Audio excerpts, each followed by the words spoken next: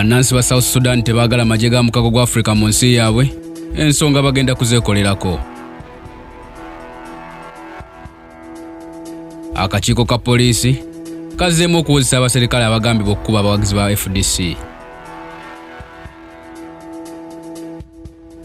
Olukungaana lw'abaweereza lukyagenda mu maaso wano ku Christianity Focus Center, abantu basomeseddwa ku bukulu bw'omuzadde. Songa ekisaawe ky'ennakivu bwe kiggaddwa lwa musolo, gavumenti esuubiza okulondoola ensonga zino eveeyo n'alipoota.